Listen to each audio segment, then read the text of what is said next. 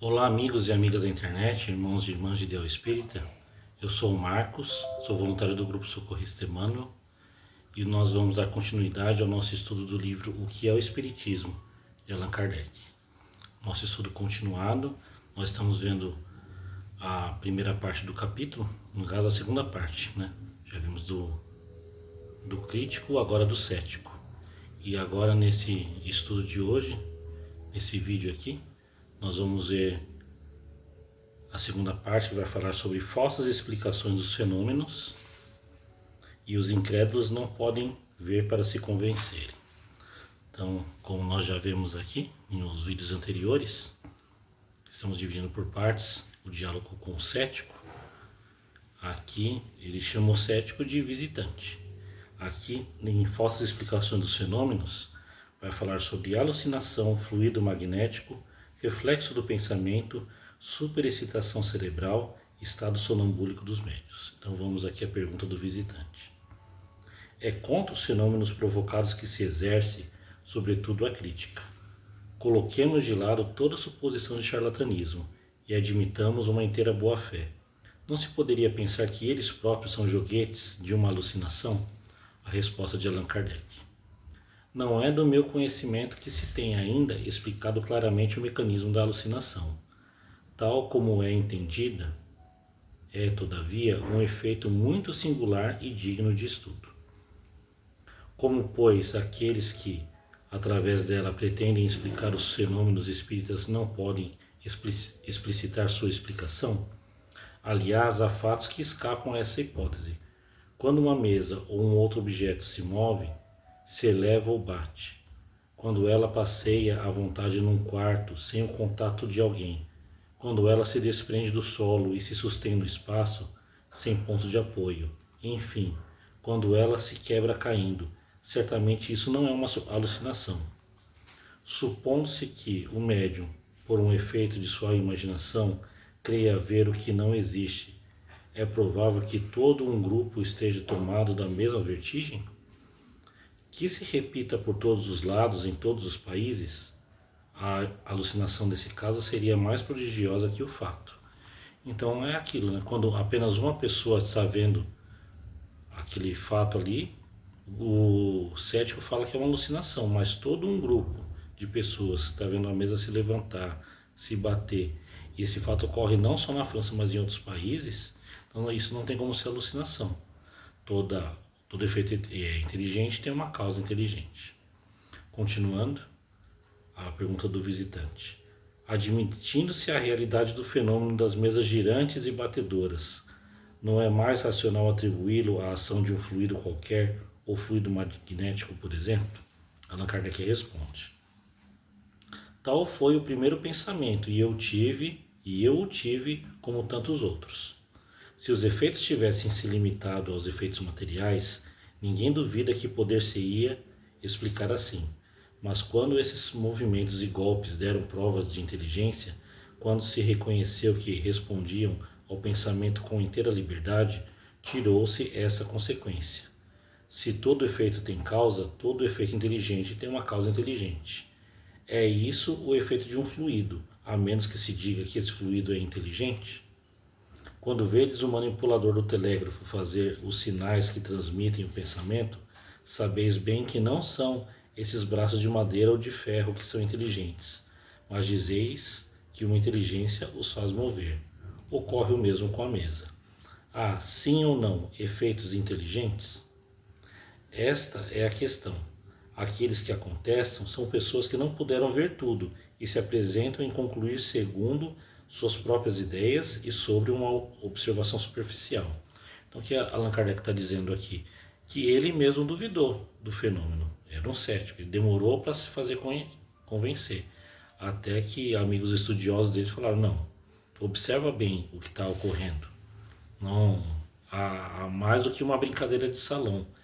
Então todo efeito inteligente tem uma causa inteligente. Quem que respondia às perguntas? Não, com certeza não era a mesa. Então, através de um estudo minucioso, através de estudos prolongados, ele se fez analisar, refletir E não foi apenas um estudo superficial, foi aprofundado. Como ele disse ali em alguns estudos anteriores no nosso canal, ele demorou mais de um ano para se fazer convencer. Então é isso, né? Uma pessoa cética, ela quer se fazer conhecer, mas se não fizer um estudo aprofundado, não há nada que a convença. Então, continuando aqui, outra pergunta do visitante.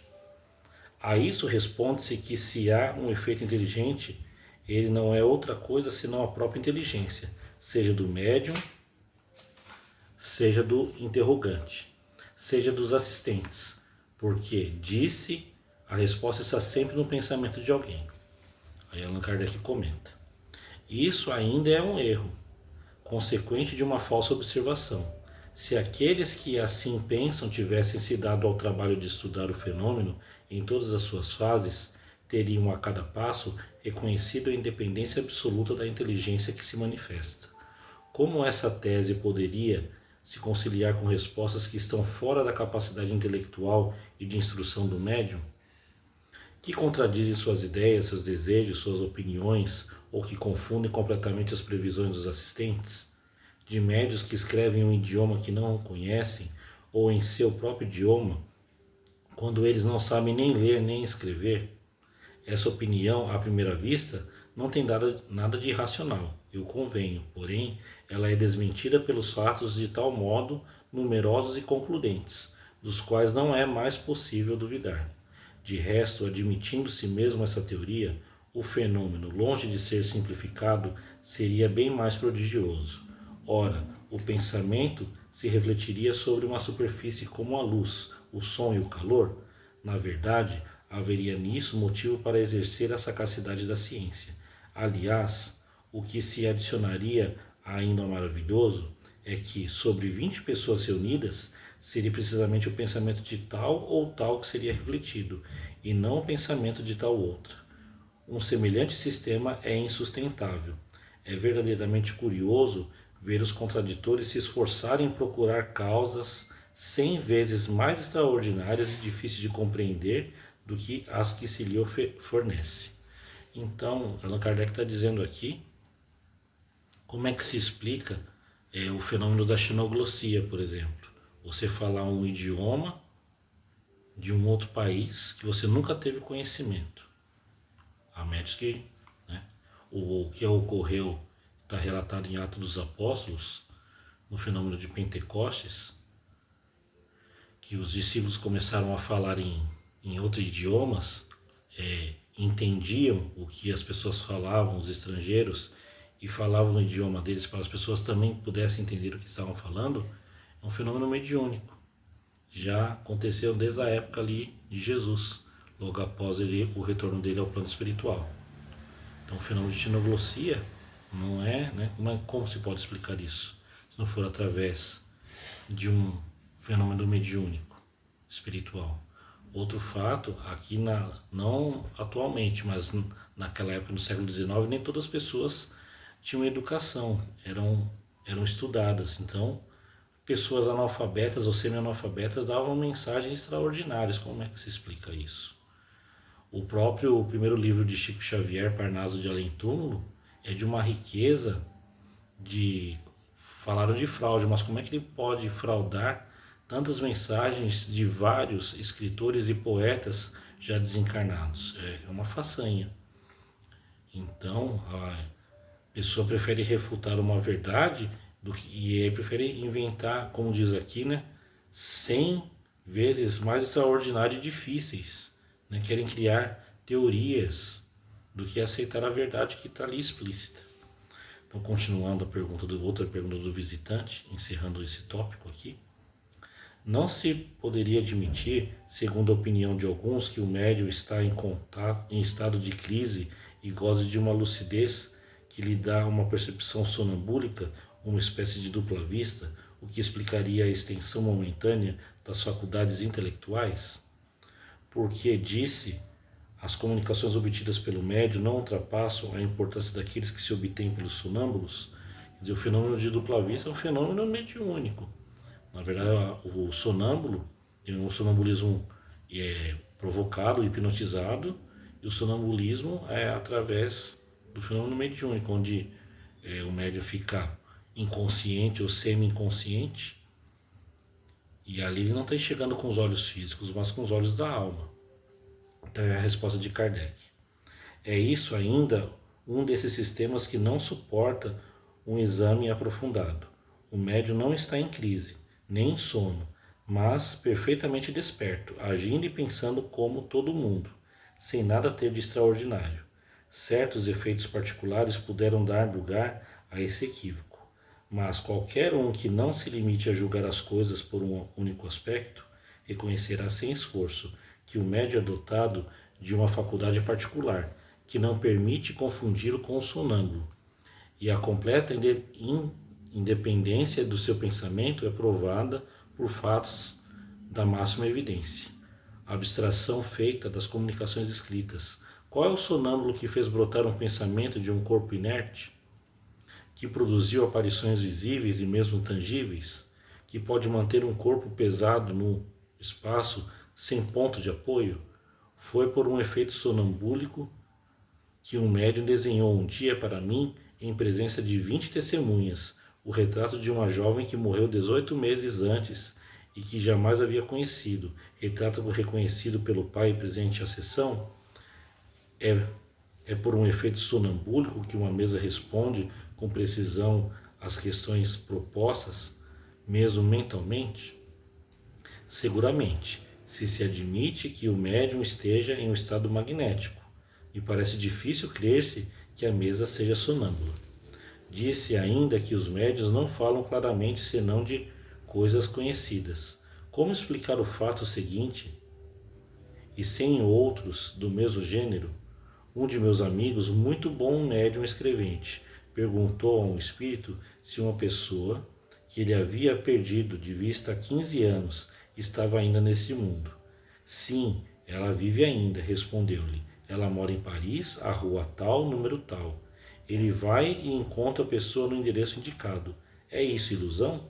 Seu pensamento poderia tanto menos sugerir-lhe essa resposta, pois, em razão da idade da pessoa, havia toda a possibilidade de que ela não existisse mais. Se em certos casos viram-se respostas concordarem com o pensamento, é racional concluir daí que isso seja uma lei geral? Nisso, como em todas as coisas, os julgamentos precipitados são sempre perigosos, porque podem estar enfraquecidos pela não observação dos fatos. Então é aquilo que Allan Kardec sempre fez, observar o fato, não dar opinião no primeiro momento, estudar, refletir, né? Ver outros casos correlatos, parecidos e aí tirar conclusões. Se tudo isso fosse uma ilusão, um ato do sonambulismo, como ele diz aqui, como uma pessoa em estado sonambúlico poderia, né, fazer levitar uma mesa, o fenômeno de transporte, de materializar objetos. Então tudo isso tem que ser muito estudado e não daquela opinião ali precipitada como o cético fez. Então agora o outro tópico fala sobre os incrédulos não podem ver para se convencerem. Aqui é apenas uma questão que o visitante diz o seguinte: são os fatos positivos que os incrédulos querem ver, que eles pedem e na maioria das vezes não se pode lhes fornecer. Se todo mundo pudesse testemunhar esses fatos, a dúvida não seria mais permitida. Como ocorre, pois, que tanta gente nada tenha podido ver, malgrado sua boa vontade? Se os contesta dizendo faltar-lhes fé, a isso respondem, com razão, que não podem ter uma fé antecipada e que se quer que eles creiam, é preciso dar-lhes os meios de crerem. Aqui a resposta de Kardec é fantástica. A razão é bem simples. Eles querem os fatos sob o seu comando e os espíritos não obedecem a ele. É preciso esperar sua boa vontade. Não basta, pois, dizer, mostre-me tal fato e eu crerei. É preciso ter vontade e perseverança, deixar os fatos se produzirem espontaneamente, sem pretender forçá-los ou dirigi-los. Aqueles que desejais, talvez, seja precisamente o que não obtereis, mas se apresentarão outros, e aquele que quereis virá no momento em que menos esperais. Aos olhos do observador atento e assíduo, os fatos se somam e se corroboram uns aos outros, mas aquele que crê bastar virar uma manivela para mover a máquina se engana extraordinariamente. Que faz o naturalista que quer estudar os costumes de um animal? Leva-o a fazer tal ou tal coisa para ter todo o tempo de observação à sua vontade? Não, porque sabe bem que não será obedecido. Ele espreita as manifestações espontâneas do seu instinto, espera-as e as apreende quando ocorrem. O simples bom senso mostra que, por mais forte razão, deve ocorrer o mesmo com os espíritos, que são inteligências com independência bem diversa da dos animais. É um erro crer que a fé seja necessária, mas a boa-fé é outra coisa. Ora, há céticos que negam até a evidência e que os prodígios não poderiam convencer. Quantos há que, depois de terem visto, não persistem menos em explicar os fatos à sua maneira, dizendo que isso não prova nada? Essas pessoas não servem senão para levar a perturbação às reuniões, sem proveito para elas mesmas. É por isso que as repelimos e não queremos perder tempo com elas. Ocorre mesmo que ficariam bem irritadas de serem forçadas a crer, porque seu amor próprio sofreria em concordar que estariam enganadas. Que responder a essas pessoas que não veem por toda parte senão a ilusão e o charlatanismo? Nada. É preciso deixá-las tranquilas e dizer, tanto como querem, que elas nada viram, e mesmo que não se pôde ou não se quis fazê-las ver.